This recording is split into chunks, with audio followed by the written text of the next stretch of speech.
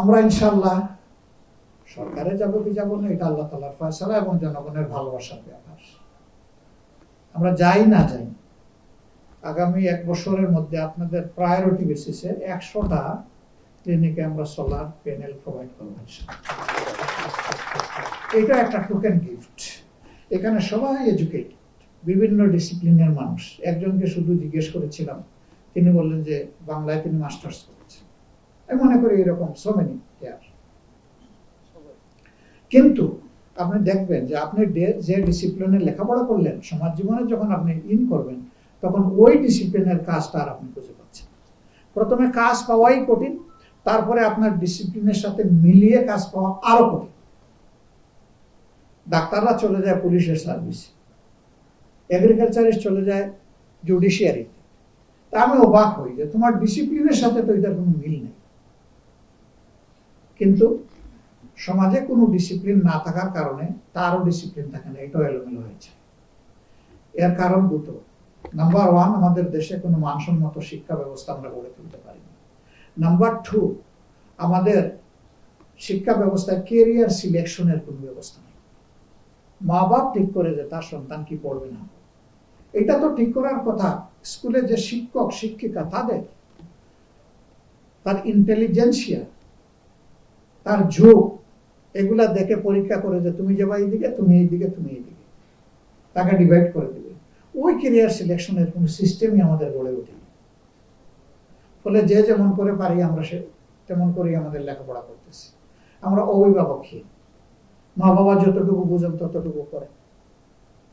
আবার এখন bad tradition হয়েছে, স্কুল কলেজে ক্লাস চলে গেছে সম্মানিত শিক্ষকের বাসায়। এই জায়গায় সাফিসিয়েন্ট ফিডিং দেওয়া হচ্ছে না আমাদের সন্তানদেরকে। এবং নাস্তা যোগ করা হয়েছে, কিন্তু আসল খাবারটাই তুলে নেওয়া হয়েছে, যে খাবারটা হলো শিক্ষার খাবার। তো যে মা বাপের সামর্থ্য আছে তারা ওখানে পাঠায় পড়ায়, কিন্তু যার সামর্থ্য নাই তার চিলড্রেন ড্রপ আউট হয়ে যায়, ঝরে পড়ে।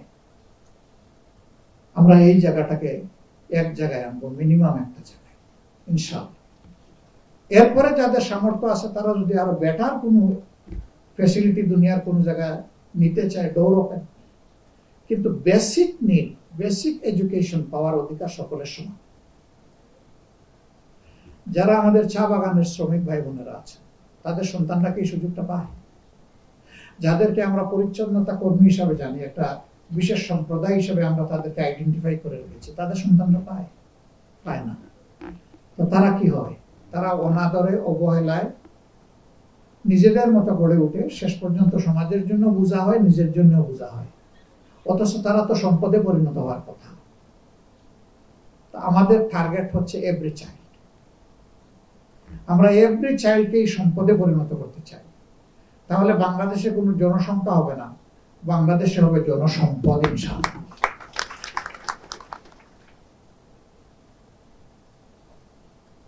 লাস্ট আজকে বলে শেষ করব, এই সব কিছু সম্ভব যদি সমাজে ন্যায় বিচার প্রতিষ্ঠিত থাকে। সোশ্যাল জাস্টিস যদি সমাজে না থাকে তাহলে কোনো কিছু অর্জন করা অসম্ভব। যখন সীমা লঙ্ঘন করবে, করাপশন করবে, ক্রাইম করবে, তখন যদি সেটাকে ব্যালেন্স করার ব্যবস্থা না থাকে তাহলে তো একটার হাত ধরে আরেকটা আগাইতে থাকে। এখন জাস্টিস পয়সা দিয়ে কিনতে হয়। যার পয়সা আছে সে কিনতে পারবে, যার নাই তার কিছুই নেই। she or he has no right to get any minimum justice। এই পর্যায়ে সমাজ চলে গেছে। এই জায়গাটাকেও একটা সমতল লেভেলে নিয়ে আসতে হবে ইনশাআল্লাহ, সবার জন্য যাতে জাস্টিস এনশিওর করা যায়। এখানে যারা অ্যাটেন্ড করেছেন তারা অনেক আশঙ্কা, আতঙ্কে ভোগা মাদেরকে তারা মুখে হাসি ফোটান।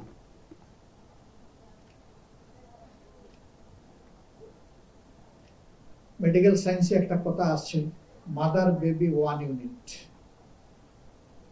মা থেকে তার সন্তানকে আলাদা করা যায় না।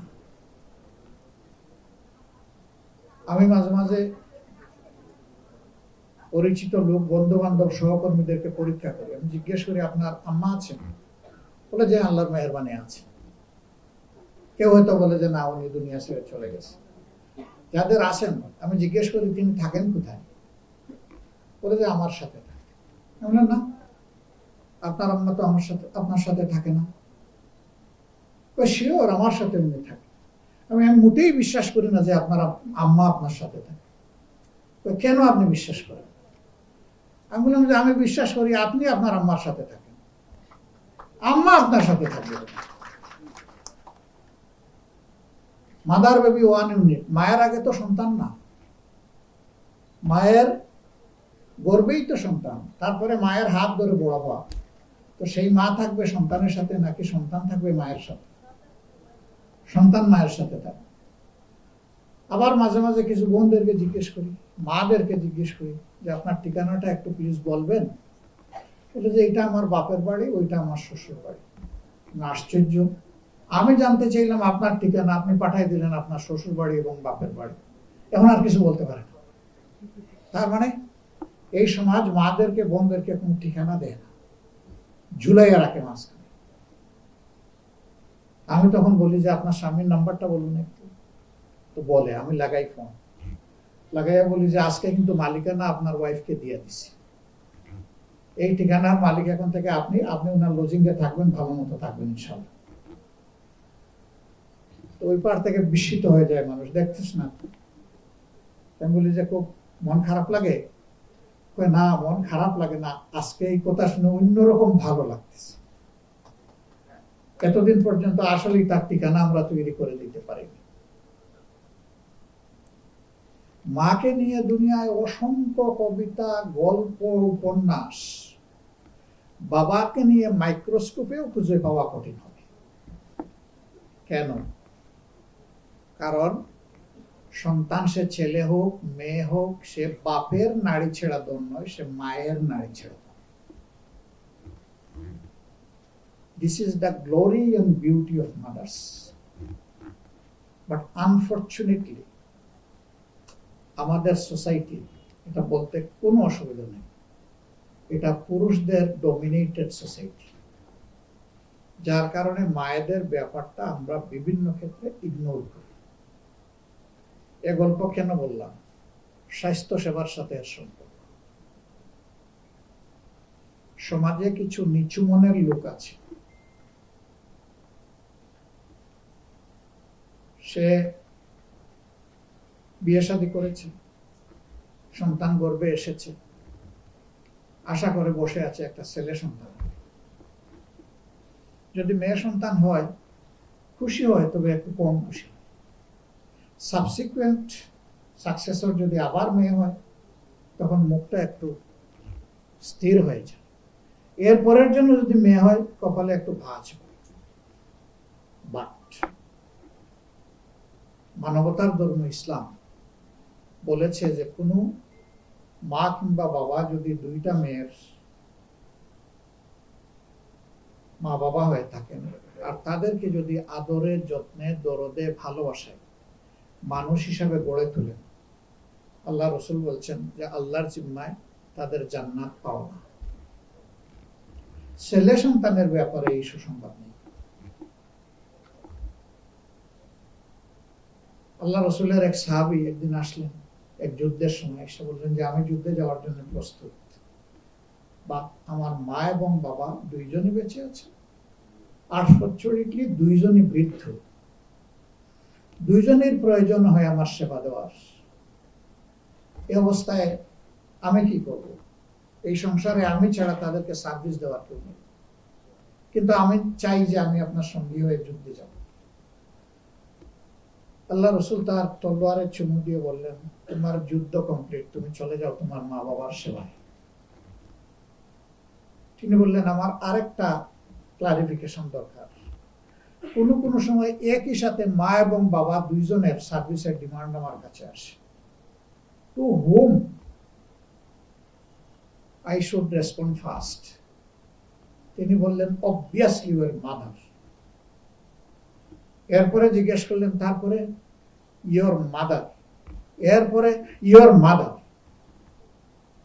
চতুর্থবার যখন জিজ্ঞেস করলেন, বললেন now your father।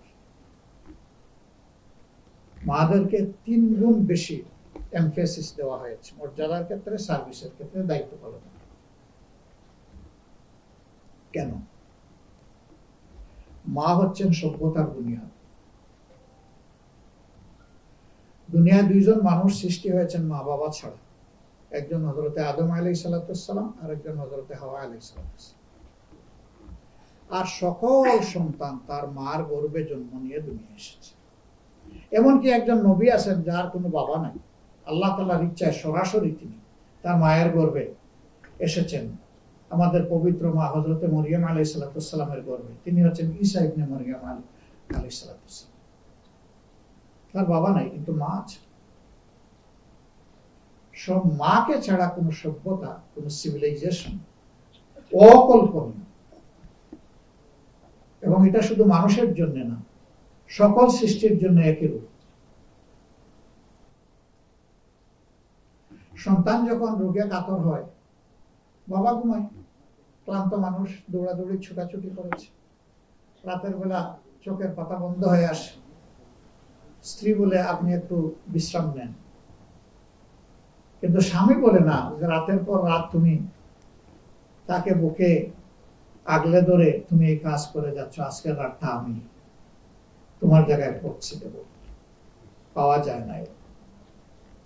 মাকে জোর করে বিছনায় পাঠাতে পারবে না। সন্তান যদি ওরকম হয়, সিভিয়ারলি সিক, এটি মা। এই জন্য মায়ের আদরের কোনো বিকল্প নেই। কমিউনিটি এই অ্যাসোসিয়েশনের ট্রাস্টে দেখলাম 54% নাও প্রিভেইলিং ম্যান পাওয়ার, তারা ফিমেল। আমি তাদেরকে প্রথমেই আমার অন্তরের অন্তঃস্থল থেকে ধন্যবাদ নয়, আমি কৃতজ্ঞতা জানাচ্ছি। যে কাজ সমাজের, সরকারের, সেই কাজটা দরদ, আন্তরিকতা, ভালোবাসা দিয়ে তারা চালিয়ে যাচ্ছে। আমরা এই মাদের, বোনদের দুই একজনের কথা শুনেছি, তাদের ইমোশনের সাথে আমরাও ইমোশনাল হয়ে পড়েছি। এবং এইটা কোনো এমেচার নয়, এটা রিয়েলিটি। আমাদের দুর্ভাগ্য, এখানে অনেকে ডিসপ্যারিটির কথা বলেছেন, যে আমরা বৈষম্য শিকার। Disparity everywhere. আমি তো কিছু বলেই ফেললাম, আমাদের পরিবারেই তো ডিসপ্যারিটি। এখান থেকে শুরু করে সমাজের সর্বত্র আমাদের সাইকোলজিক্যাল সেট আপটা একই ধরনের, সব জায়গায় ডিসপ্যারিটি। এই ডিসপ্যারিটির জায়গাটা কে দূর করবে? আল্লাহর ফেরেশতারা এসে দূর করবে না। এটা এই জমিনে আমরা যারা বসবাস করি তাদেরকে এটা দূর করার দায়িত্ব নিতে হবে। সবাই বলে এই কাজটা হওয়া দরকার, এই কাজটা বন্ধ হওয়া দরকার, but who will bell the cat? এই বিড়ালের গলায় কোনটা বাঁধবে ঢাকে? This is you and me. যিনি এই কথা বলতেছেন তার থেকে শুরু হোক, আমার থেকে শুরু হোক, কেউ না কেউ শুরু করা তো লাগবে। আমাদের দেশ সভ্য জগতে কোনো ভালো জায়গায় আসতে পারে, এবং এটার জন্য অন্য কেউ রেসপন্সিবল না, এটার জন্য আমরাই রেসপন্সিবল। আরো খোলাসা করে বলতে গেলে এটার জন্য রাজনীতিবিদরা রেসপন্সিবল। কারণ সকল নীতি আবর্তিত হয় রাজনীতির হাত ধরে। রাজনীতির বাইরে কোনো নীতি নাই। এই নীতি সকল নীতির সমন্বয়। কালকেও অর্থনীতি বিষয়ে একটা সেমিনারে গিয়েছিলাম, সেখানে আমারই আরেকজন কলিগ তিনি বলছিলেন যে রাজনীতির মতো অর্থনীতিকেও গুরুত্ব দিয়ে দেখতে হবে। আমার মনে হলো যে তিনি অর্থনীতিকে রাজনীতি থেকে বিচ্ছিন্ন করে ফেলেছেন। তা আমি তখন আমার মতো করে সেই ক্লারিফিকেশনটা দিয়েছি যে কোনো নীতিকে রাজনীতি থেকে আলাদা করা যাবে না। একটা রাষ্ট্র তখনই ভালো রাষ্ট্র হয় যখন রাষ্ট্রের স্টিয়ারিংয়ে, ককপিটে যারা রাষ্ট্রকে পরিচালনা করেন বসে, তাদের যখন সদিচ্ছা প্রতিফলিত হয়। সদিচ্ছা থাকলে অনেক হার্ডেল আমরা ক্রস করতে পারবো, অনেক কঠিনকে আমরা সহজভাবে জয় করতে পারবো। কিন্তু সদিচ্ছা যদি না থাকে তাহলে আমাদের পক্ষে অনেক কিছুই করা সম্ভব হবে না। এখানে দুঃখ করে অনেকে বলেছেন, ইতিপূর্বে অনেকে আমাদের কাছে এসেছেন, আমাদের সেবার গল্প শুনে প্রীত হয়েছেন, আমাদের ন্যায্য দাবির ব্যাপারে একমত পোষণ করেছেন, আমাদেরকে অনেক ভালো ভালো আশ্বাস দিয়েছেন, তারপরে সবই বাতাসে উধাও হয়ে গিয়েছে।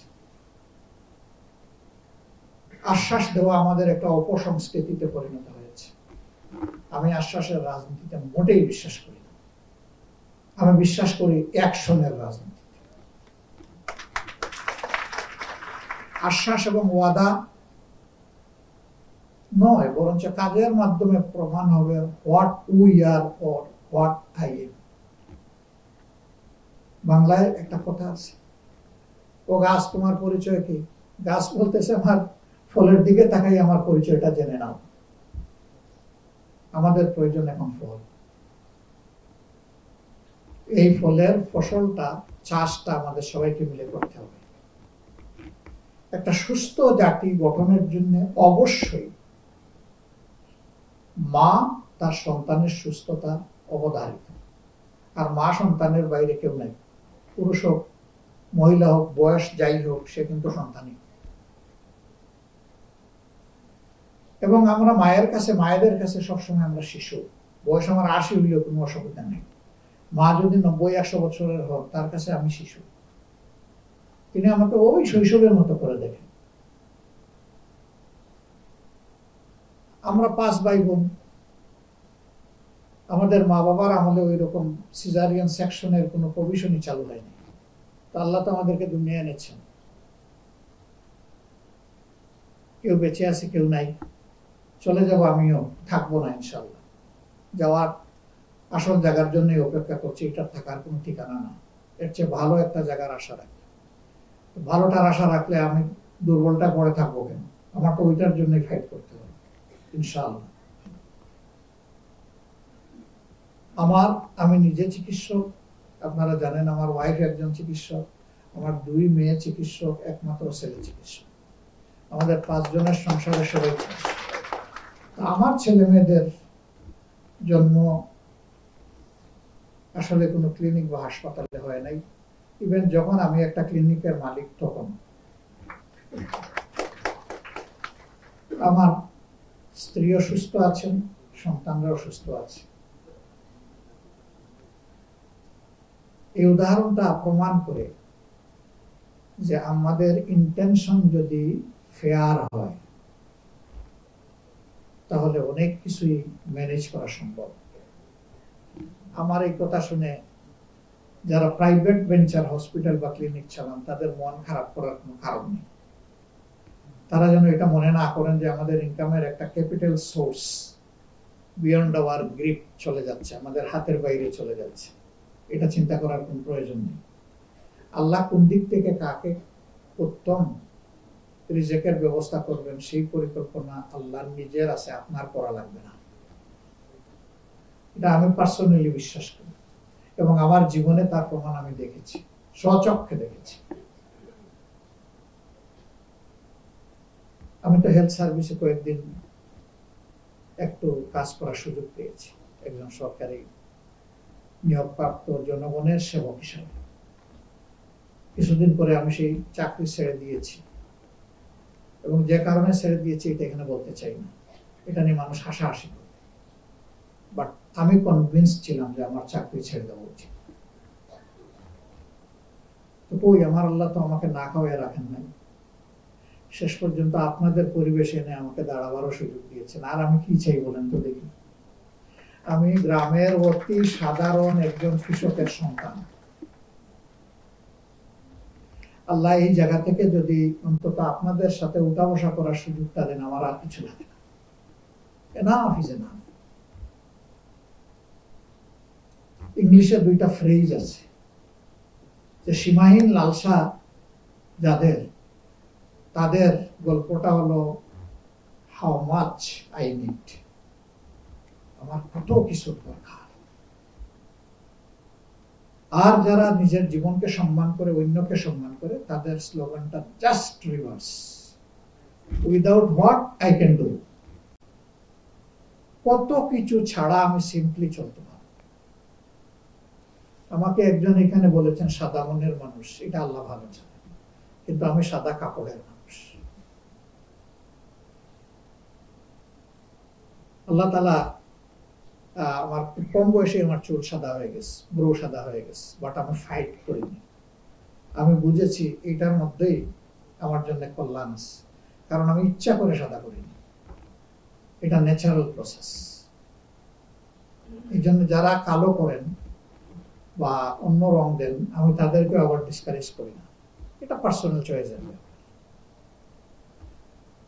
তবে সাদা কাপড়টা যখন পরি তখন দুইটা জিনিস আমার স্মরণ হয়। একটা হলো যে আমাদের ধর্ম অনুযায়ী মানুষ আমাদের সর্বোচ্চ ভালো জায়গাটায় যায় এই সাদা পোশাক পরে। ইহরামের পোশাকের কালার হচ্ছে সাদা। এই সাদা পোশাক তাকে বলে যে দেখো, চামড়ার উপরে শুধু সাদা রং জড়ালেই হবে না, চামড়ার ভিতরে তোমার যে মন আছে ওটাকেও সাদা বানানো লাগবে। আরেকটা কারণে এই সাদা পোশাক পরি যে দুনিয়া থেকে বিদায় নেওয়ার সময় শেষ পোশাকের রং হলো সাদা। ওটা সব সময় স্মরণ করে দিবে, গেট রেডি ফর ডিপার্চার, যাওয়ার জন্য তৈরি হোক। যখন একটা মানুষ দেখবে তার চোখের সামনে মৌত ঘোরাঘুরি করতেছে, তখন সে কোনো পাপের কাজে হাত পড়াতে পারবে না। ও চিন্তা তার মগজে আসবে না। কাউকে অপমান করা, কারো সম্পদ হাতিয়ে নেওয়া, কারো জীবনের উপরে হাত দেওয়া, এই চিন্তা আর করবে না। তখন তার নিজেরই যে আমি কিভাবে এখন বিদায় নেব, সেই চিন্তায় সে অস্থির থাকে।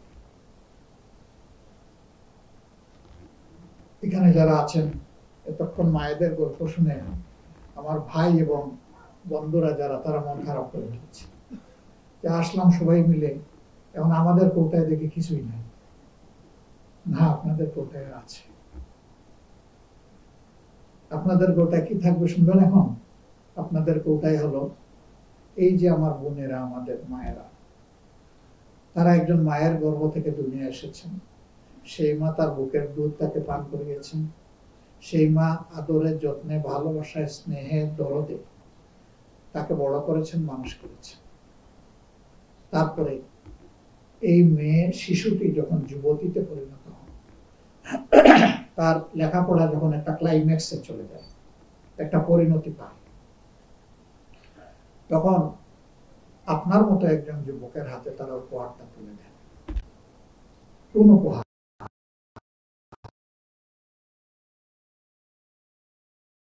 বাচ্চার জন্ম দেওয়ার ওইটা গোলাপের ছাড়া, ওর নিচে সার দিয়েছেন, পানি দিয়েছেন, কীটনাশক দিয়েছেন, আবার এটাকে অন্য পশু যাতে নষ্ট না করে সেই গাছটা বড় হয়েছে, একটা ফুল পাওয়া যাচ্ছে, আবার তার দৃশ্যটাও দেখা যাচ্ছে।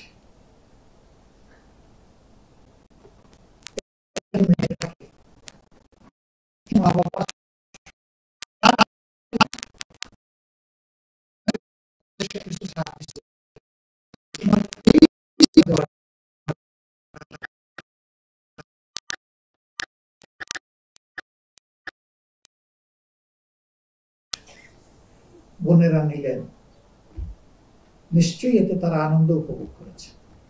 আর যারা পান নাই তারাও মন খারাপ করেন নাই, বরঞ্চ তাদের মধ্যে এই স্পৃহা তৈরি হয়েছে যে আগামীর জন্য এখন থেকে আমি ফাইট করব।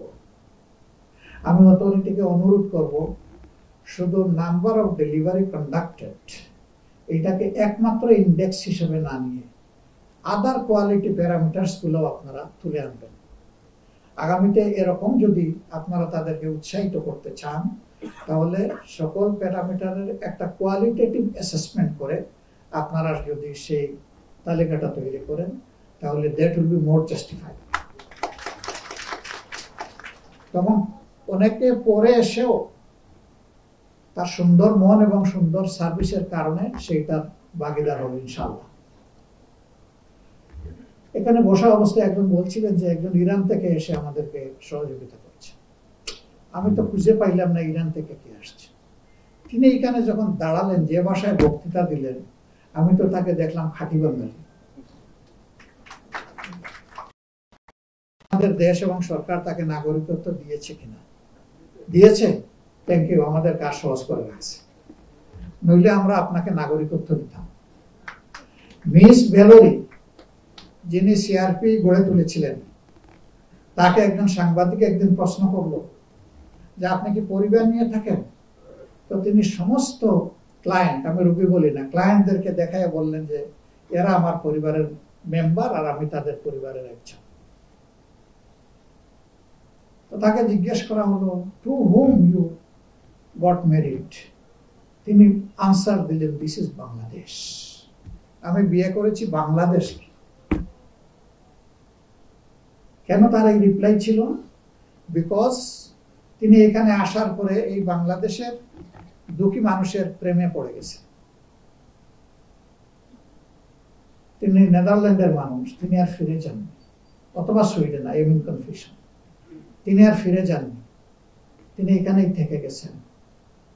কিন্তু আমরা জাতি হিসাবে খুব কৃতজ্ঞ পরায়ণ জাতি নয়। আমাদের মাঝে নিমক হারামি মাঝে মাঝে মাথা উঁচু করে। একটা সময় এই মহিলাকে তার জায়গা থেকে সরিয়ে দেওয়ার ষড়যন্ত্র করে তাকে অপমানিত করা হয়েছে।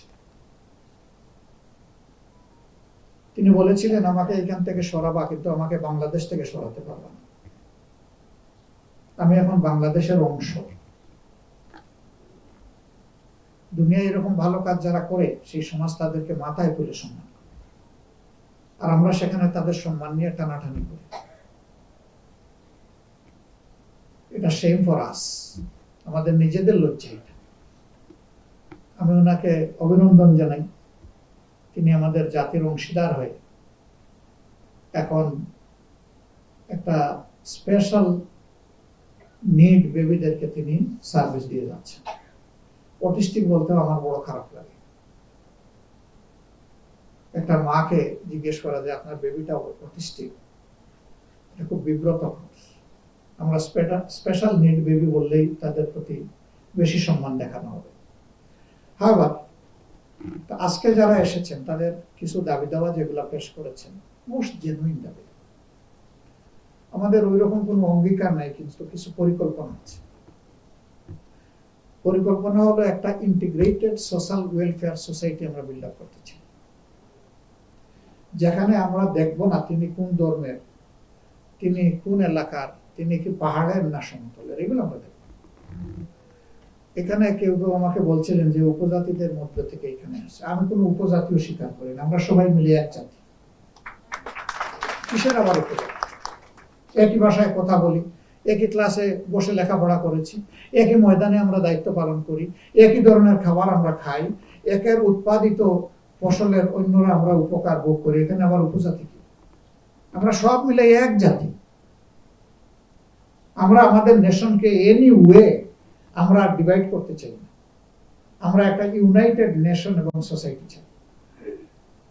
এটা না হওয়া পর্যন্ত এই দেশ সামনের দিকে মুভ করবে না। ওই এখানে বসে গোড়াগড়ি খাবে। ডিভিশন যেখানে, ফ্রিকশন সেখানে, আর যেখানে ইউনিটি সেখানে কোলাবোরেশন থাকে। আমরা সেই ইনোভেশন এবং কোলাবোরেশন নিয়ে সামনের দিকে আগাতে চাই ইনশাআল্লাহ। তাহলে আমাদের প্রথম অঙ্গীকার হচ্ছে আমরা জাতিটাকে ঐক্যবদ্ধ করার যত চেষ্টা আছে সব করব ইনশাআল্লাহ। আপনারা কি আমাদেরকে একটু এই ব্যাপারে দোয়া দিতে সমর্থন করতে রাজি আছেন? আমাদের 2 নম্বর যে এই যে ডিসপ্যারিটি 1600 কত টাকার বেতন, হ্যাঁ সরি 16,000 কত টাকার বেতন, এটা দিয়ে এই সভ্য সমাজের শহর এলাকায় খুবই সাদামাটা একটা বাসাও তো ভাড়া করা যাবে না। তার ইউটিলিটি চার্জ আলাদা করে রেখে দিলাম, শুধু বাসা ভাড়ার নিডটাও ফুলফিল হবে না। তো এই যারা মনোজাড় করে সোসাইটিকে সবকিছু দিবেন, তাদের মিনিমাম নিডটা দেখতে হবে না? পুলিশের বেতন যদি 25,000 হয়, তো রাতের বেলা সে ডাকাতের গুলি খাবে কেন? তার তো এই সার্ভিসটাকে আমাদের একটা রিস্ক সার্ভিস হিসাবে কনসিডারেশনে নিয়ে এমনভাবে তাকে রিমিউনারেট করা উচিত যাতে সে জীবনের যে কোনো ঝুঁকি নিতে প্রস্তুত হয়ে যায়, টাকার জন্য নয়, যে আমার সমাজ আমাকে যে সম্মান দেখাচ্ছে সেই সম্মানের প্রতিদান আমাকে দিতে হবে।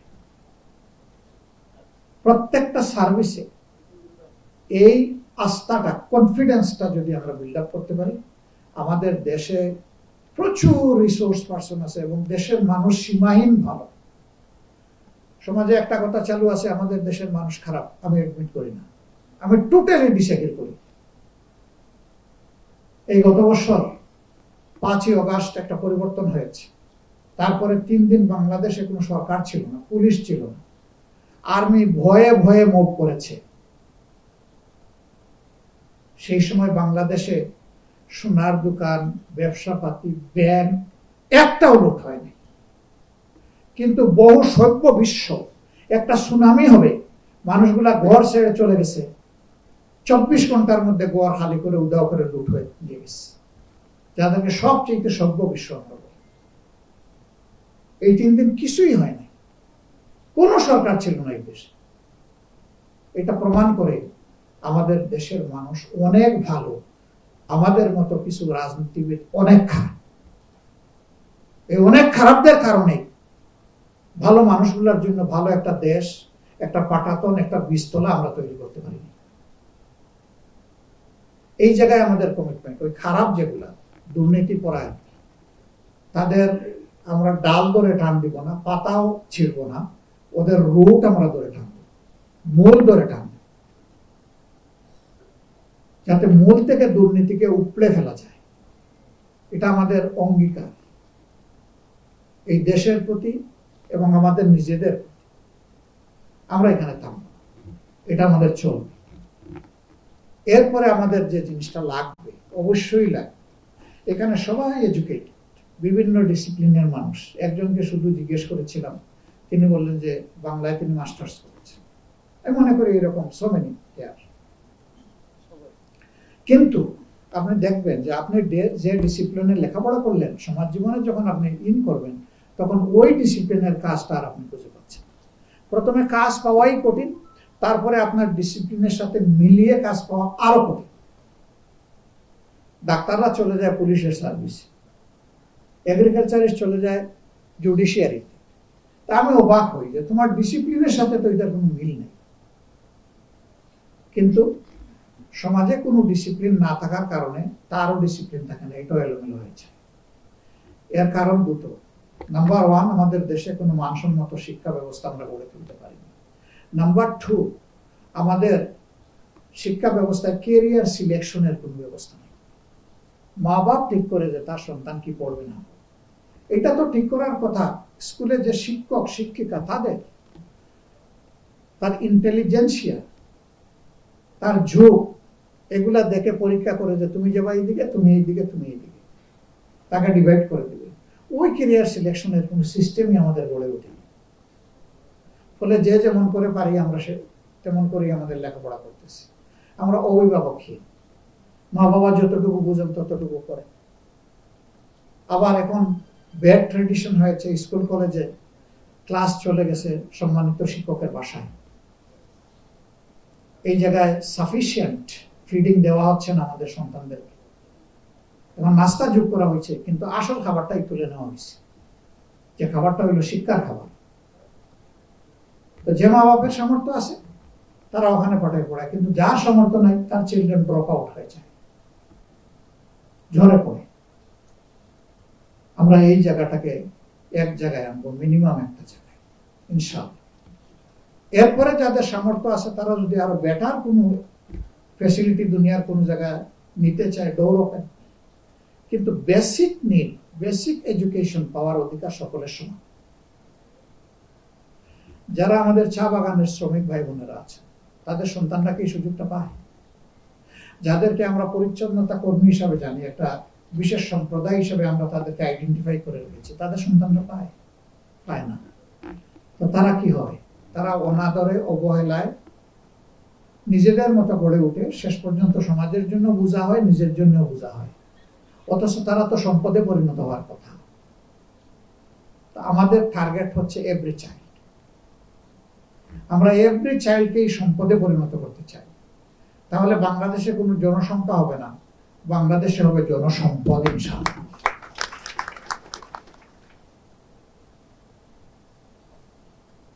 লাস্ট আজকে বলে শেষ করব, এই সব কিছু সম্ভব যদি সমাজে ন্যায় বিচার প্রতিষ্ঠিত থাকে।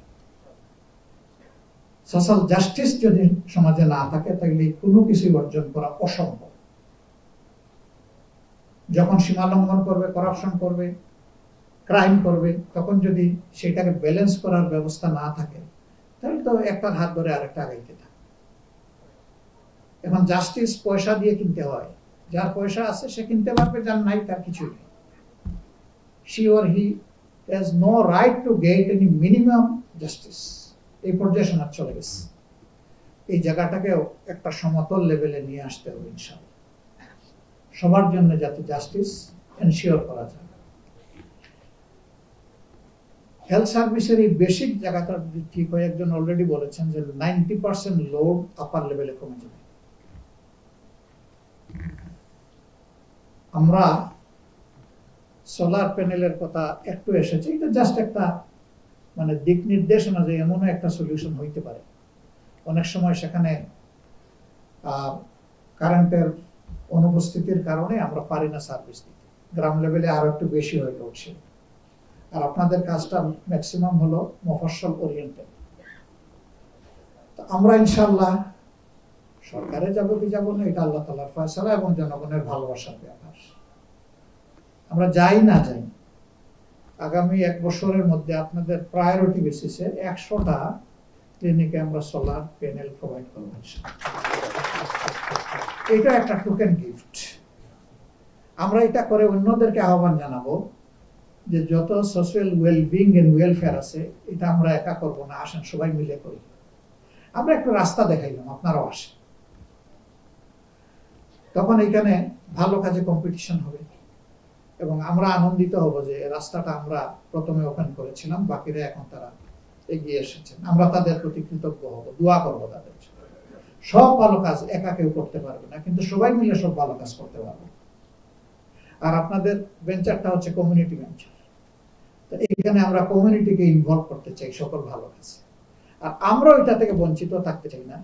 আমরা মোটিভেটর হলাম, প্রমোটার হলাম, কিন্তু আমরা নিজেরা শরীক হলাম না, ওইটাও চাই না। আমরা নিজেরাও এর অংশ হতে চাই। উদাহরণটা এরকম, খেওয়া ঘাটে আগে, এখন তো কমে গেছে, নৌকা চলাচল করতো, এপারে ওপারে মানুষ যাতায়াত করত।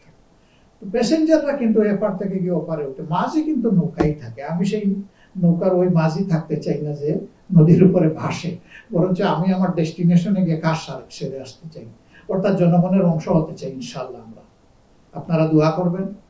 আমরা যদি দায়িত্বে যাই, আমাদের চিন্তা এতটুকুতে থামবে না ইনশাআল্লাহ, আমাদের চিন্তা আরো বহু দূরে। এটা আজ হোক কাল হোক, আমরা বিশ্বাস করি সদিচ্ছা থাকলে, পরিশ্রমী হলে, আপনাদের ভালোবাসা পেলে সবগুলোই অর্জন করা সম্ভব হবে ইনশাআল্লাহ। সেই দিন অগ্রিম সুসংবাদ দিয়ে রাখতে চাই, সমাজের কোনো সেকশনের কোনো দাবি দাওয়া নিয়ে সরকারের কোথাও কোনো ধর্ণা দিতে হবে না এবং কোনো মিছিল মিটিং করতে হবে না। বলবেন তাহলে কি আমাদের বলার অধিকার কেড়ে নেবেন? না না, বলার অধিকার কেড়ে দিব না, বলার দরকার পড়বে না ইনশাআল্লাহ। সরকারের দায়িত্ব হচ্ছে, যারা যে জনগণ আমাকে এই দায়িত্ব দিবে, আপনাকে এই দায়িত্ব দিবে, আপনার দায়িত্ব হচ্ছে সেই জনগণের অধিকার তার ঘরে, তার হাতে পৌঁছে দেওয়া। আল্লাহ সামর্থ্য দিলে সেটাই আমরা এই সংস্কৃতি রাজনীতি ফিরিয়ে আনতে চাই। যে কথাগুলো বললাম, এই প্র্যাকটিসগুলো আমাদের নিজেদের মাঝে আছে। কালকে এক সেমিনারে গেলাম, অনেকের বক্তব্য শুনলাম, পরে আমি রাত্রে ফিডব্যাক দিলাম যারা আয়োজক সংস্থা, বললো না দুর্নীতির ব্যাপারে আপনারাই বলেছেন, আর কেউ বলে নাই। এমন বলার জন্য সাহস লাগে, বলার জন্য পুঁজি লাগে। নিজের মাঝে পুঁজি না থাকলে, সাহস না থাকলে এই কথা, দুঃসাহসিকতা এগুলো বের হয় না। আপনারা দোয়া করবেন আমরা যেন হিপোক্রেট না হই, রাজনীতিবিদের না হই, আমরা যেন রিয়েলি সোশ্যাল সার্ভেন্ট হতে পারি। আল্লাহ যেন আমরা ইনশাআল্লাহ একসাথে মিলে কাজ করবো আগামী দিনে ইনশাআল্লাহ। আমরা সরকারে যাই না যাই, আমরা একসাথে কাজ করবো। আমাকে এখানে দাওয়াত দিয়ে সম্মানিত করার জন্য, কথা বলার সুযোগ সৃষ্টি করে দেওয়ার জন্য আমার অন্তরের অন্তঃস্থল থেকে আয়োজক সংস্থাকে গভীর কৃতজ্ঞতা জানাচ্ছি। ধৈর্য ধরে যারা আমার এই তিতা মিঠা কথাগুলো শুনেছেন, তাদের প্রতি আমি কৃতজ্ঞতা আদায় করছি। আল্লাহ তাআলা আমাদের সকলকে ভালো রাখুন, সুস্থ রাখুন। একটা সুস্থ সুন্দর সমাজ বিনির্মাণে আমরা যেন পরস্পরের হাত ধরে একসাথে কাজ করতে পারি, এই তৌফিক আল্লাহ তাআলা দান করুন। আসসালামু আলাইকুম ওয়া রাহমাতুল্লাহ। সানবিট সব দিবে সামাল। সানবিট ম্যাজিক প্রেস ডিশওয়াশিং এর মাথা ঘোরানো সলিউশন।